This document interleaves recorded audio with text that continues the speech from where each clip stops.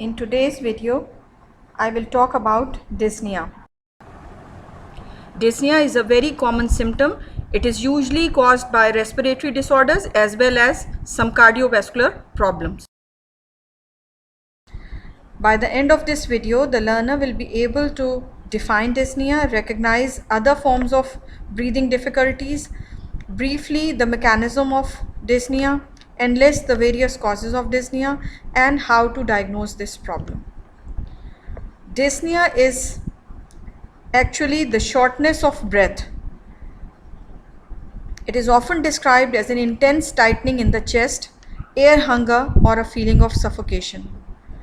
Usually the patient comes to the doctor and the main complaints are that he is feeling short of breath, or he is feeling difficulty in breathing, or he is feeling just like suffocating.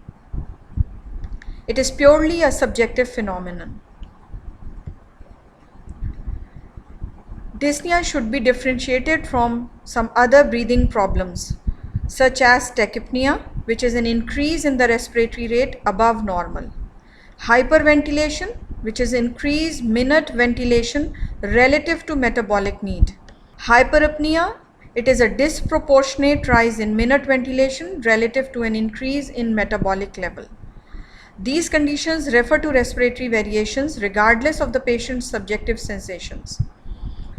Orthopnea, it is the sensation of breathlessness in the recumbent position and it is relieved by sitting or standing.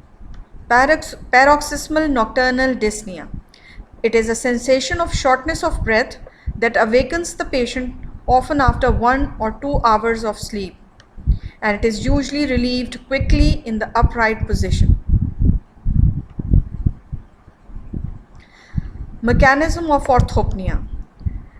When a person lies down, there is increase in the venous return. Fluid returns to the vascular system and the failing heart is unable to cope with the extra volume of fluid or blood delivered to it, which results in backpooling of blood in the pulmonary vasculature. It results in increase in pulmonary venous and capillary pressure, leading to pulmonary interstitial edema and increased airway resistance. Elevation of diaphragm during a supine position also leads to decreased vital capacity of the lung. Two uncommon types of breathlessness are trepapnea, which is shortness of breath that occurs in lateral decubitus position,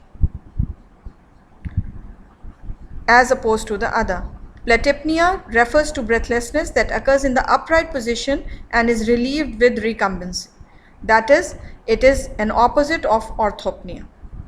There are some clinical common patterns of dyspnea. The first and the most common is Kussmaul breathing. This occurs in diabetic ketoacidosis, commonly induces slow, deep respirations. Biot's respiration.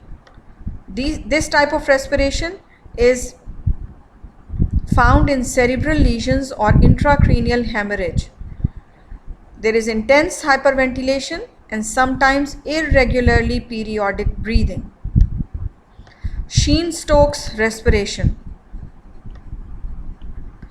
It occurs due to cerebral hypoperfusion from any cause and may also result in alternating periods of hyperventilation and apnea.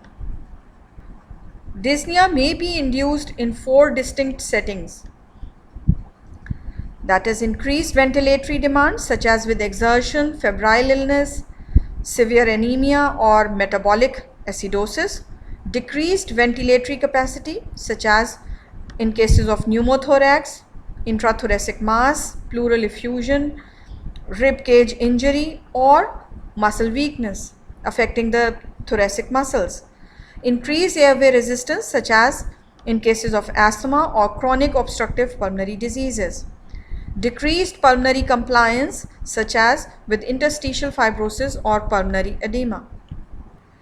Dyspnea is caused by disorders at any of these levels: central nervous system, ventilation, diffusion, pulmonary perfusion, oxygen transportation or cellular oxygenation. Central disorders usually include hypoxemia, hypercapnia, stroke, encephalitis, tumors of brain, intoxication, or anxiety. All of these conditions can cause suppression of respiration and results in dyspnea.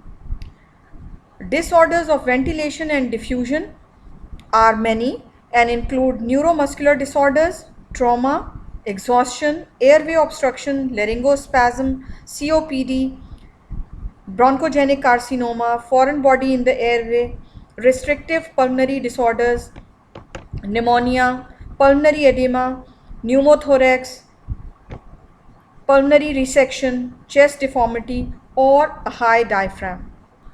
Disorders of pulmonary perfusion include pulmonary embolism and pulmonary hypertension.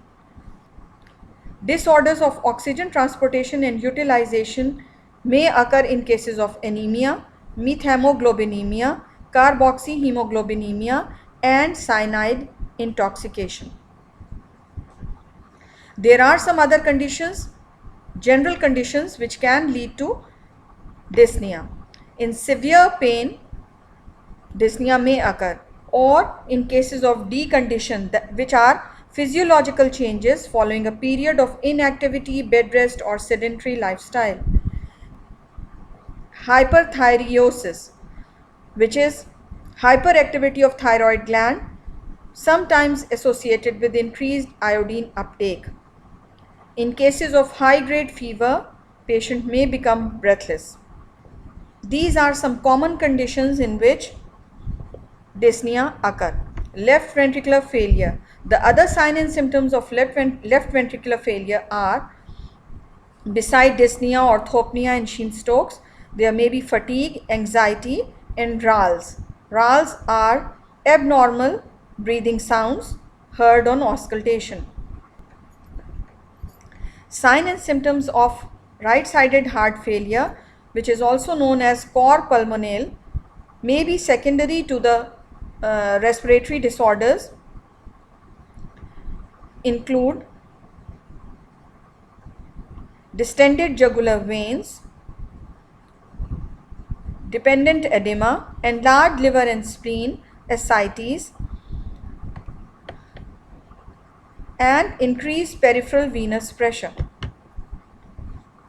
Respiratory acidosis is a clinical condition caused by respiratory depression caused by anesthesia, overdose, increased intracranial pressure, airway obstruction, decreased alveolar capillary diffusion in cases of pneumonia, COPD, pulmonary embolism. It causes hypoventilation, causing hypoxia, resulting in rapid shallow respiration. Skin and mucosa are pale to cyanotic. It is marked by headache, dysrhythmias, drowsiness, dizziness, disorientation, etc. There is retention of carbon dioxide by lungs, and dysrhythmias are caused by increased potassium concentration in the serum. How to diagnose a case of dyspnea? By listening to the description of the problem and any other associated symptoms, and by listening to the heart and lungs, by checking legs for swelling. Usually 99% of the cases of dyspnea are diagnosed by this method. Blood tests, radiology, ECG, oximetry, spirometry, they are also the helping tools to confirm the diagnosis. Hope you have a better understanding of dyspnea after listening to this video.